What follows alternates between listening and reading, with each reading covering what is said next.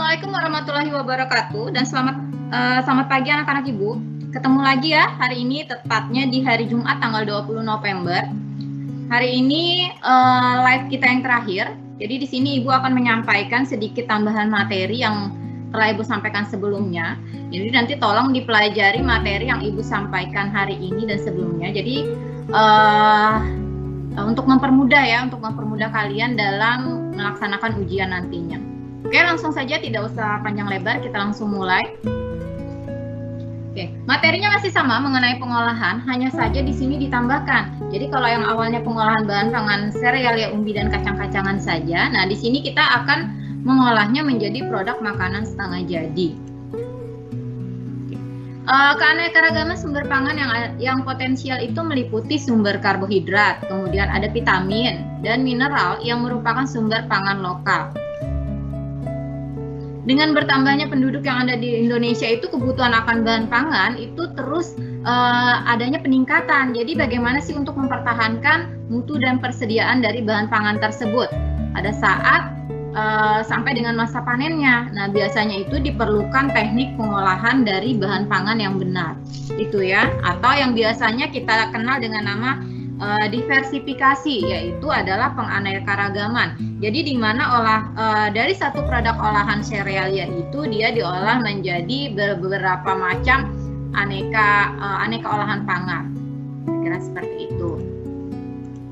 Jadi kalau misalkan dengar kata diversifikasi, tidak usah bingung ya. Diversifikasi itu adalah penganekaragaman dari jenis bahan pangan tersebut.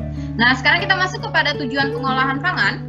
Yang pertama itu adalah memperpanjang dari waktu simpan, kedua adalah meningkatkan daya cerna, karena jika makanan itu kalian olah dengan baik, otomatis akan mudah sekali dicerna oleh tubuh. Kemudian meningkatkan cita rasa, mempermudah untuk dikonsumsi ya. Next, yang berikutnya. Nah, ini tadi yang seperti Ibu sampaikan sebelumnya, usaha penganekaragaman atau diversifikasi, yaitu adalah pangan sangat penting. Artinya di mana?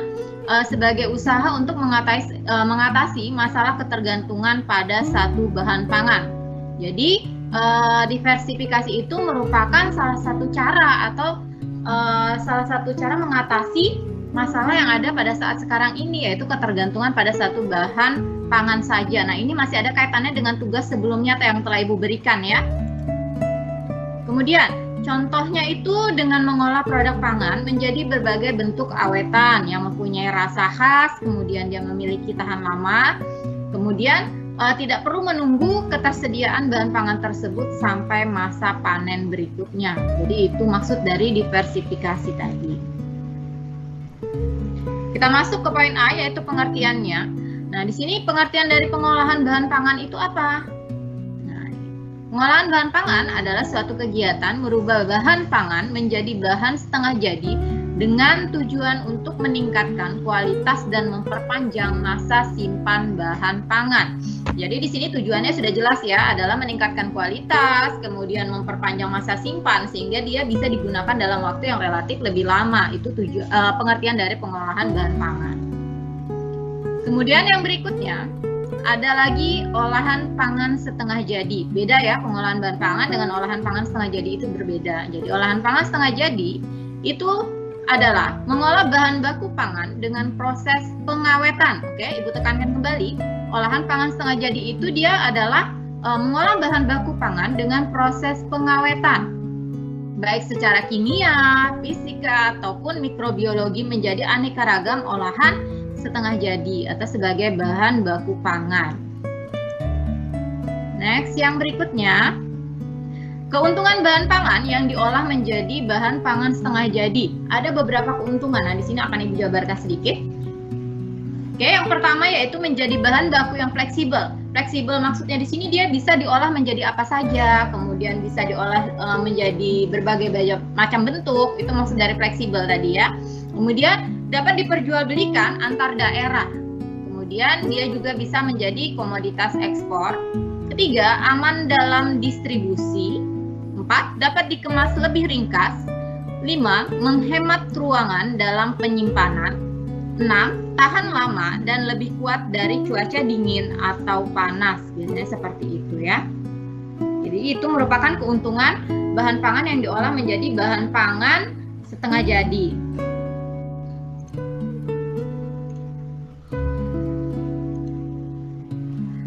Kemudian kita lanjutkan, jenis dan karakteristik. Oke, pada umumnya pemanfaatan olahan pangan secara segar itu lebih baik karena kandungan gizinya itu dia masih tetap utuh, itu pada umumnya ya. Nah, tapi pada untuk pemanfaatan serealia, kacang-kacangan dan umbi itu memiliki hal yang berbeda, jadi tidak sama ya. Bahan serealia dan kacang-kacangan itu banyak sekali dimanfaatkan dalam bentuk yang sudah diolah menjadi bahan pangan setengah jadi. Demikian pula dengan umbi, masyarakat lebih memanfaatkannya itu dengan mengkonsumsi secara langsung, yaitu melalui proses perebusan, pengukusan, atau digoreng. Contohnya apa? Contohnya itu kentang ya, kentang, singkong. Nah, itu biasanya dilakukan melalui proses perebusan, pengukusan, ataupun digoreng sekali. Adapun bahan pangan setengah jadi yang ada di lingkungan kita apa saja? Yang pertama yaitu jenis olahan pangan setengah jadi dari serealia. Yang pertama adalah beras. Nah, beras itu dia diolah menjadi apa kalau olahan setengah jadinya? Ada diolah menjadi kerupuk gendang atau rengginang. Ya, pengertiannya tidak usah terpanjang lebar ya, nanti bisa kalian lihat sendiri. Ibu lanjutkan saja. Kemudian selain itu dia juga diolah menjadi tepung. Nah, kalau tepung ini adalah partikel padat yang berbentuk butiran, baik itu kasar ataupun halus ya. Kemudian yang ketiga adalah beras instan, yaitu adalah beras yang diolah melalui 3 kali penggilingan atau penyaringan.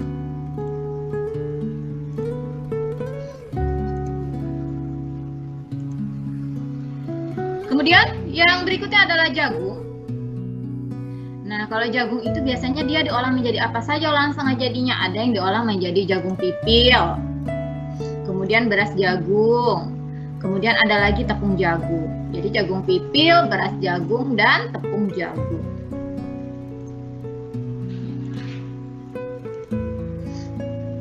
Yang C adalah gandum. Gandum banyak ya. Jadi gandum itu olahan setengah jadinya itu dia diolah menjadi pasta. Contohnya seperti apa saja? Ada makaroni, kemudian spaghetti, kemudian lasak. Nah, kemudian yang berikutnya adalah tepung gandum. Mie itu dia terolah dari gandum ya.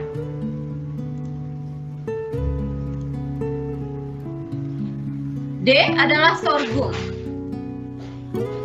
Nah, kalau sorghum itu sama tadi seperti beras tadi, dia bisa diolah menjadi rengginang, kemudian diolah menjadi tepung sorghum. Hanya saja kelebihan tepung sorghum itu dia teksturnya lebih halus dibandingkan dengan tepung jagung. Kalau tepung jagung itu dia kasar ya, jadi memiliki tekstur yang lebih kasar, namun mendekati tepung terigu dan tepung beras. Oke, kita masuk kepada poin 2, yaitu jenis olahan pangan setengah jadi. Jenis olahan pangan setengah jadi dari bahan kacang-kacangan. Yang pertama adalah tempe, kemudian tahu, kemudian kecap, tepung kedelai, kemudian apa lagi? Banyak ya. Olahan tempe itu sangat banyak sekali ya. Masuk ke bagian 3, yaitu jenis olahan pangan setengah jadi dari bahan umbi-umbian. Nah, ini kita masuk kepada umbi nih. Yang pertama itu ada tepung ubi jalar. Kedua adalah kerupuk opak. Kemudian keripik singkong. Tepung talas. Ada lagi yang namanya gaplek. Kemudian tepung mokak. Ada tiwul, beras singkong. Jadi itu tadi macam olahan setengah jadi dari umbi. Sekarang kita masuk ke bagian berikutnya, yaitu teknik pengolahan. Nah, seperti yang Ibu sampaikan pada pertemuan yang sebelumnya, masing-masing jenis dari olahan pangan serealia, umbi, dan kacang-kacangan itu memiliki teknik yang berbeda. Jadi tidak semua memiliki teknik yang sama ya. Jadi di sini akan dijabarkan tekniknya apa saja. Nah, kalau menurut prosesnya, teknik pengawetan bahan pangan itu dia dibagi menjadi 2. Apa saja? Yang pertama ya adalah pengawetan secara fisik. Maksudnya di sini adalah pengawetan secara alami, meliputi pengawetan dengan suhu rendah. Suhu rendah itu yang seperti apa? Suhu rendah itu biasanya melalui proses pendinginan. Kemudian ada lagi pengawetan dengan suhu tinggi. Nah, itu dia biasanya digunakan dengan pemanasan. Kemudian ada lagi proses pengeringan. Kalau pengeringan itu cenderung lebih kepada sinar matahari atau dia menggunakan mesin ya. Kemudian ada lagi faktor yang harus diperhatikan dalam pengawetan dengan suhu tinggi. Nah, ini ada lagi yang harus kalian perhatikan. Yang pertama yaitu jumlah panas yang diberikan itu harus benar-benar cukup untuk mematikan mikroba pembusuk atau dan mikroba patogen. Kemudian yang berikutnya adalah jumlah panas yang digunakan itu tidak boleh menyebabkan penurunan gizi dan cita rasa. Nah, kalau panasnya terlalu berlebihan, itu akan menyebabkan turunnya gizi dari kandungan si makanan tadi. Kemudian cita rasa dari makanan pun akan berkurang. Next, yang berikutnya, pengawetan secara biologis. Nah, ini kalau tadi yang kimia, sekarang kita masuk yang secara biologis. Biologis ini dia menggunakan peragian atau fermentasi dan menggunakan enzim. Biasanya diolah seperti tapai. Nah, itu dia melakukan diolah pengawetannya dengan menggunakan teknik peragian. Kemudian kalau fermentasi itu merupakan proses perubahan dari karbohidrat menjadi alkohol. Kurang lebih sama seperti ragi tadi ya. Jadi dia akan mengalami proses yang namanya asam tadi, pembusukan untuk menghasilkan asam tadi.